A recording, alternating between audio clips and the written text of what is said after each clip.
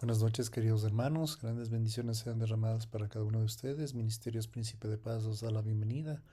Hoy con la enseñanza de la doctrina de Dios del Espíritu Santo. Ven, Espíritu Santo, llena los corazones de tus fieles y enciende en ellos el fuego de tu amor. Ribaus Marium, arzobispo de Nais. El Espíritu Santo es la tercera persona de la Trinidad. La palabra espíritu del hebreo ruah, del griego neuma, es el término que se utiliza desde los tiempos antiguos para describir y explicar la experiencia del poder divino que obra dentro, alrededor de las personas, quienes entienden como el poder de Dios. El Espíritu en el Antiguo Testamento. En los escritos hebreos más tempranos revelan el significado básico del uso del espíritu, el periodo de los jueces. Viento de Dios. Fue un viento de Dios que hizo bajar las aguas del diluvio, Génesis 8.1, soplo de langosta sobre Egipto, Éxodo 10.13. Codornices sobre el campamento de Israel, el soplo de la nariz separó las aguas del mar rojo durante el Éxodo 14.2. El aliento de vida, el aliento de Dios convirtió al hombre en un ser viviente, Génesis 2.7. El hecho que el hombre viva solo por el aliento del Espíritu Divino se mueve en él en una de las percepciones más tempranas de la fe hebrea, Job 3.4, Salmo 104.29. Más tarde de lo establecido de la diferencia es muy clara entre el espíritu divino y el espíritu humano, entre el espíritu y el alma, pero en la etapa más temprana todas las manifestaciones más o menos sinónimas del mismo poder divino, la fuente de toda vida, tanto animal como humana. Génesis 7:15, Eclesiastés 3:19. El espíritu de éxtasis en algunas ocasiones se puede el poder divino aparecer y alcanzar y tomar plena posesión de una persona, de modo que las palabras o acciones trasciendan mucho más del comportamiento normal. La persona está claramente marcada por un agente de propósitos de Dios y establece el respeto, el arrepentimiento de la manera de reconocer a los líderes en el periodo premonárquico. Jueces 3:10. Y también el poder del rey Saúl, primera de Samuel 11:6. Asimismo, los primeros profetas fueron aquellos cuya inspiración llegaron a una forma extáticas, primera de Samuel 19:20, 23 y 24. Este entendimiento de la elección divina naturalmente dio a lugar de las interrogantes serios. ¿Es el éxtasis la única autenticación de divina de considerado de todo el éxtasis de esta manera? Existen indicadores en el Antiguo Testamento que presenten y se convirtieron en las preguntas pertinentes durante el periodo nacional de Israel en el exilio de Babilonia. En el periodo de la monarquía. Durante la transición del liderazgo carismático de los jueces en la institución de la monarquía hereditaria, surgió el dilema de la unción del poder de Dios que constituye la calificación para ser rey o ser parte de la ceremonia de coronación en sí. La cuestión era más apremiante en el reino del norte de Israel, donde la monarquía heredaría no solo lo que sobrevivió por mucho tiempo, la pretensión del rey Ehú se fundaba en la unción de Elías para el mandato divino, pero en el reino del sur el gobernante modelo era David, cuya presentación propia en el trono se basaba en la unción carismática de Samuel, primera de Samuel 16:13. El tema de la aptitud para el puesto más de la unción divina surgió de manera más nítida en el periodo postexilio. Quienes deberían considerar los portavoces auténticos de Dios, los sacerdotes, los profetas oficiales, los profetas independientes. Venía la palabra autoritativa del Señor, del sacerdocio o del profeta, que había en virtud del lugar dentro del sistema oficial de la adoración o del santuario o del profeta que hablaba con una sola autoridad de inspiración apremiante. Aún en la retrospectiva no podemos decir que ni un segundo equivocadamente, aunque en Isaías, Jeremías atacan la corrupción de los portavoces oficiales de la época, Isaías 28:7, Jeremías 6:13, es muy probable que algunos de los profetas canónicos, incluidos Habacuc y Zacarías, eran pertinentes en el sistema oficial de adoración. Estudios recientes han llegado a la conclusión que al menos algunos de los salmos comienzan con dichos proféticos durante la adoración en el santuario. Por otra parte, desde la religión oficial de la carismática chocan. Los dichos que se han guardado en la palabra autoritativa del Señor casi siempre son de profecía carismático. Los que indican más famosos son el encuentro entre Micaías y los 400 profetas, el rey Acab. Primera de Reyes 22 del 5 al 28, el enfrentamiento entre Amós y Amasías, sacerdotes de Bestel, Amós 7 del 10 al 17. En las etapas tempranas del pensamiento hebreo se consideraban que la preexistencia estática era un efecto directo del poder divino. Esta verdad, cuando se reconocía que la naturaleza del éxtasis era malvada, como en el caso de la posesión de Saúl por el espíritu, 1 Samuel 16, 14 al 16, se producía por permitir que el espíritu era para bien o para mal. Jueces 9:23, Primera de Reyes desde el 22, del versículo 19 al 23. Sin embargo, desde los profetas mayores en adelante se dice que el espíritu vuelve mucho más cuidadoso para Isaías, el espíritu de lo que se caracteriza a Dios y a la diferencia de sus acciones y de los asuntos humanos. Isaías 31:3. Más adelante apareció el objeto santo como aquello que se distinguía del espíritu de Dios para cualquier otro espíritu, humano o divino. Salmo 51:11, Isaías 63:10 y 11. El problema de la falta de la profecía enfatizaba el peligro por dar por sentado cada mensaje pronunciado de un éxtasis de la palabra del Señor. Así que las pruebas de la profecía evaluaban el contenido del mensaje pronunciado por la naturaleza de la vida del profeta, no el grado de calidad de la inspiración. Deuteronomio 13 del 1 al 5, Jeremías 23:14. Este sentir es la necesidad de discriminar entre la inspiración verdadera y falsa y distinguir la palabra de Dios en un mero oráculo extático. Eso alguna vez ayuda a explicar la renuencia de otro desconcertante de los profetas mayores en el siglo 7 y 8 a.C. al atribuir su inspiración al espíritu, Miqueas 3:8, y tal vez sea la única excepción. A lo mejor podría surgir Oseas 9:7, la llegada a edificar del Espíritu Santo demasiado con la locura del éxtasis, y hacía falta el periodo de silencio para separar las palabras de las manifestaciones más burladas antes que se había considerado su expresión más clara. Las preguntas que surgieron en el entendimiento más temprano del espíritu que atormentaban a los grandes profetas son preguntas que aparecen. ¿Cómo puede reconocer la presencia del espíritu como tal? ¿Cómo se puede distinguir la inspiración verdadera de la falsa? ¿Cómo puede mantener un equilibrio correcto en una tensión sana entre el espíritu y las formas institucionales de la religión?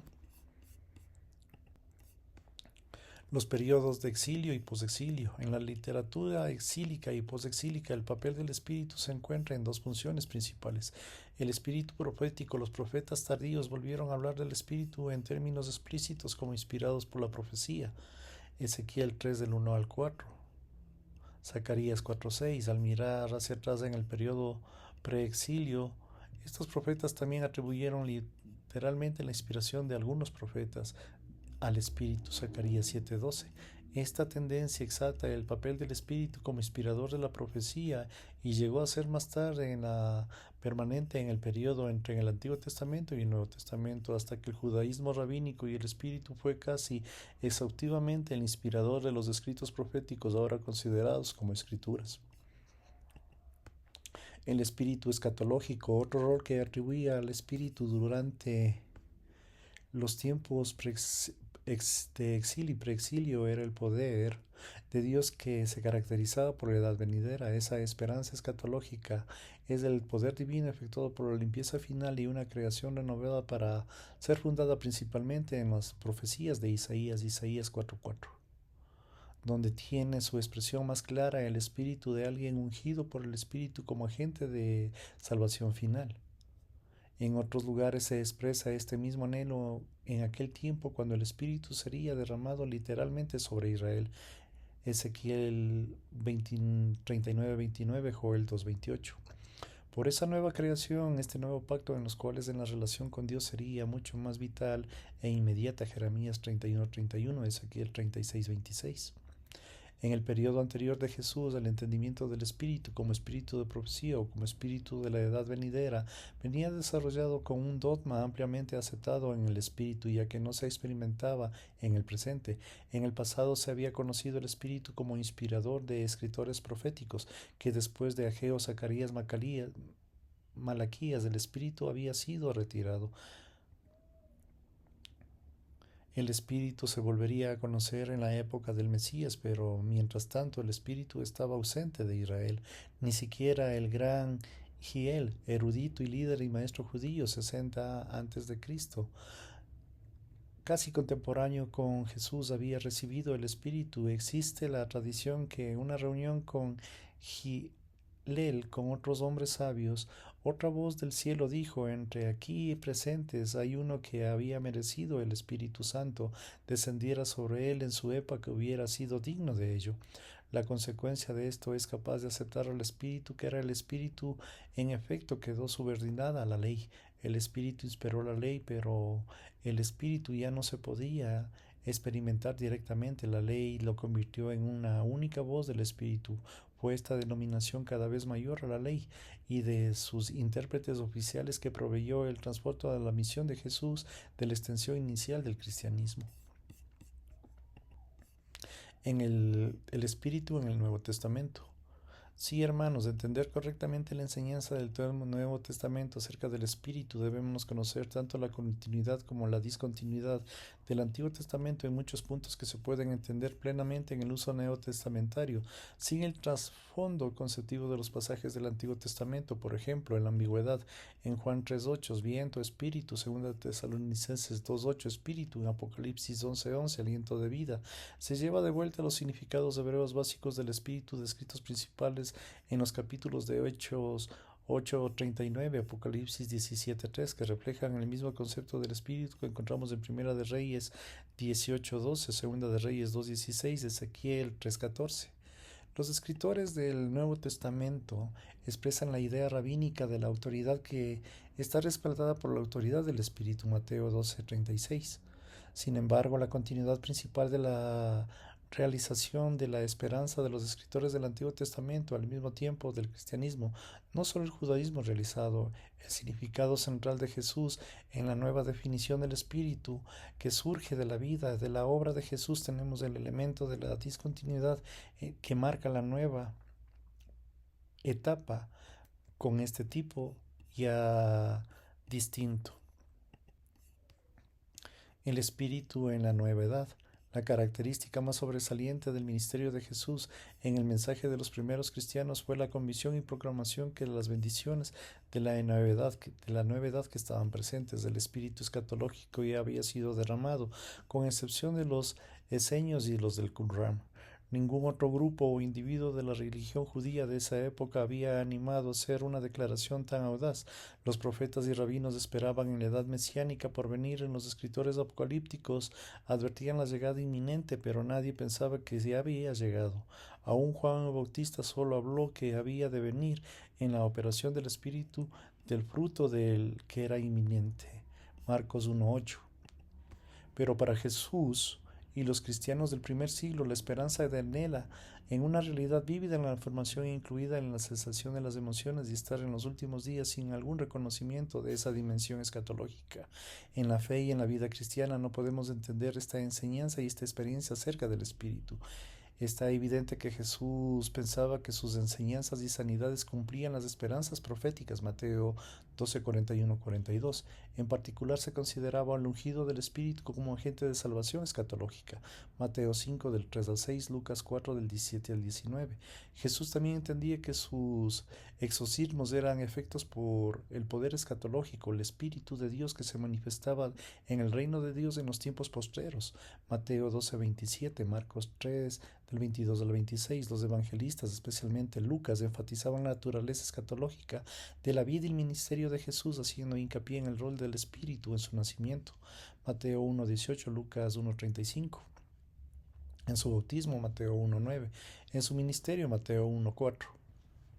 El cristianismo propiamente dicho comenzó por el derramamiento del Espíritu en Pentecostés en los últimos días, tomando la experiencia incontenible en la visión de la proclamación inspirada como evidencia positiva de los últimos días profetizadas por Joel que había llegado en Hechos 2 del 2 al 4. Asimismo, aún los hebreos hablaban acerca del don del Espíritu como los poderes del mundo venidero.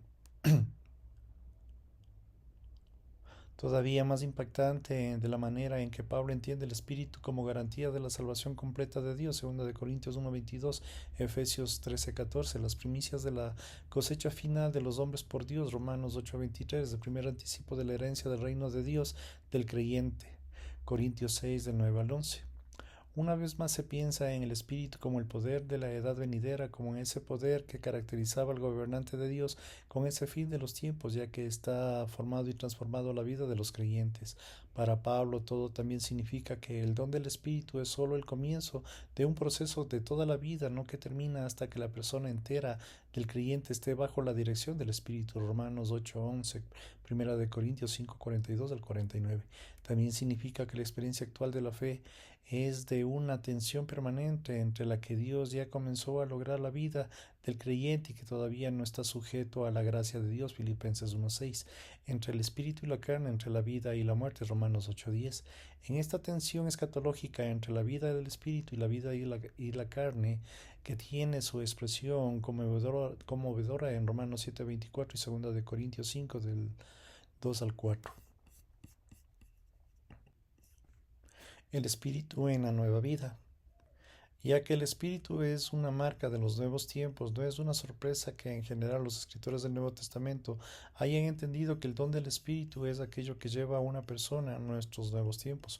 Juan el Bautista describió de la manera en la que la llegada del ungido bautizaría por el Espíritu Santo y con fuego, Mateo 3:11. Según Hechos 1:5 y 11:16, Jesús tomó esa imagen, esa promesa se consideró cumplida en Pentecostés, el derramamiento del Espíritu que entendió así como la acción de Cristo resucitado al llevar a sus discípulos a nuevos tiempos mesiánicos y a los últimos días. Parecía que una de las metas que Lucas en Hechos era enfatizar la importancia central del don del Espíritu en la conversación inicial como el don del Espíritu Santo decisivo que convierte a la persona en cristiana. Las personas pudieron haber sido seguidoras de Jesús en la tierra, pero no solo con el don del Espíritu de Pentecostés. Este podía decirse que había creído, es decir, se había compartido con el Señor Jesucristo, hasta creer que el mensaje del Evangelio en el bautismo podría quedar corto con respecto a los compromisos de aceptación pleno en Cristo en los cuales fue el Espíritu la evidencia decisiva. Pedro reconocía la presencia del Espíritu manifiesta en y sobre la vida como una evidencia suficiente de que Dios había aceptado a esa persona, aunque todavía no hubiera hecho ninguna profetización, forma de fe que hubiera sido bautizada. Hechos 10, 44-48. Así también Apolos ya encendió por el Espíritu. Romanos 12:11, aunque su conocimiento en el camino de Dios fuera un poco defectuoso. Hechos 18:24-26. Aparentemente no se necesita suplementar el bautismo de Juan con el bautismo de Cristo. Sin embargo, los 12 con los que se llevaban los discípulos en Éfeso mostraron su misma ignorancia del Espíritu, que todavía no eran discípulos del Señor Jesús. Lucas representa a Pablo preguntando: ¿se recibieron el Espíritu Santo cuando creyeron? Esto encaja perfectamente con el énfasis propio de Pablo en sus epístolas, que pasó de la fe a la recepción del Espíritu Santo, que van de la mano, son las dos caras de la misma moneda. Reciben el Espíritu y comenzaron la vida cristiana. Gálatas 3, versículos del 2 al 3. La justicia y la fe y la promesa del Espíritu se consideran equivalentes a la bendición de Abraham. Al ser bautizados por el Espíritu es convertirse en un miembro del cuerpo de Cristo, 1 de Corintios 12:13. Si alguno no tiene el Espíritu de Cristo, esa persona no pertenece a Cristo, no es cristiana, Romanos 8:9. Solo recibir el Espíritu nos permite ser hijos de Dios, clamar a Dios como Padre, versículos 14. Gálatas 4, 6, 7. El sello divino que establece el vínculo entre Dios y el creyente ahora es el Espíritu mismo, no la circuncisión ni el bautizo. 2 de Corintios 1, 2, Efesios 1, 13, 14. El Espíritu es una característica tan fuerte en la edad nueva de la vida de la que estamos en este momento es solo el don del Espíritu Santo que puede llevar a una persona a una nueva edad para experimentar una vida nueva. El Espíritu es distintivo y peculiarmente el dador de vida, el hecho que el Espíritu es la vida en nuestra edad. Romanos 8:2, Corintios 15:45, Segunda de Corintios 3:6, Gálatas 5:25. Manifestaciones del Espíritu. Por lo que ya he dicho, está claro que cuando los primeros cristianos, es igual que los antiguos hebreos, abrían el Espíritu, estaban pensando en las experiencias de poder divino, tanto el Espíritu Santo como en el antiguo Espíritu. Esta palabra ya sea para explicar la presencia de la vida nueva, la vitalidad, de la liberación del legalismo. Ejemplos: Romanos 8:2, 2 de Corintios 3:17, el refrigerio, la renovación espiritual. Isaías 32:15, Ezequiel 39:29. Es importante notar que la gama de la experiencia de las atribuciones del Espíritu da experiencias extáticas, Hechos 2 de 2 al 4, experiencias emocionales, amor, Romanos 5:5, gozo, Hechos 13:52, las experiencias de iluminación, 2 de Corintios 3 del 14 al 17, las experiencias que producen una transformación moral, 1 de Corintios 6 del 9 al 11. Asimismo, cuando Pablo habla de los dones espirituales carismáticos, hechos de palabras que llevan la gracia divina a una expresión concreta, evidentemente tiene en mente una amplia gama de eventos reales, discursos inspirados en 1 de Corintios 12:8, 1 de Tesalonicenses 1:5, milagros y sanidades, 1 de Corintios 12:9, Hebreos 2:4, actos de servicio, ayuda, consejo, administración, de socorro y misericordia, Romanos 12:7, 1 de Corintios 12:28. Al hablar del Espíritu en términos de experiencia, no debemos poner demasiado énfasis en experiencias o manifestaciones particulares, así como el cristianismo más temprano hubiera concebido en la consecuencia de las experiencias de la cumbre o picos espirituales. Claramente hubo tales experiencias, del hecho, una amplia gama de experiencias, pero no se indica en todos que hubieran de procurar una experiencia individual dada, que salvo al del profeta. En el Nuevo Testamento no hay ninguna segunda experiencia del Espíritu ni tercera. Pablo más bien advierte que no debe darse demasiado valor a manifestaciones particulares. 1 de Corintios 14:6-19. Cuando se valoran experiencias particulares es como manifestaciones de una experiencia más sostenida, como expresiones particulares de la relación subyacente. Hechos 6 del 3 al 5, lleno del Espíritu Santo, Efesios 5:18. La comunión con el Espíritu. La comunión cristiana es temprana, creyó a partir de esta experiencia partida con el Espíritu, ya que esto es propiamente dicho que significa comunión con el Espíritu, la participación común con el Espíritu Santo, Filipenses 2 del 1 al 2, Hechos 2:42, así como el don del Espíritu Santo que llevó a los de Samaria, Cesarea y a otros lugares a la comunidad del Espíritu, Hechos 2:10. Así también fue la experiencia del mismo Espíritu que proveyó el vínculo para unificar iglesias y la misión de Pablo, 1 de Corintios 12:13, Efesios 4:3-4, Filipenses 2:1.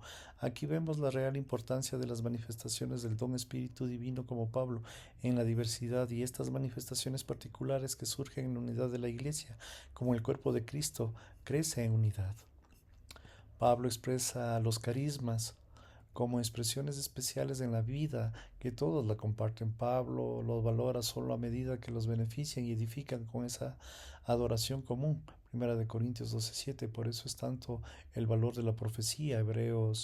Hechos 2:17-18, porque la diferencia es la glosalía, hablar en lenguas. Ministra a la persona entera, mente y espíritu, y lo más importante, la comunidad entera. 1 de Corintios 14.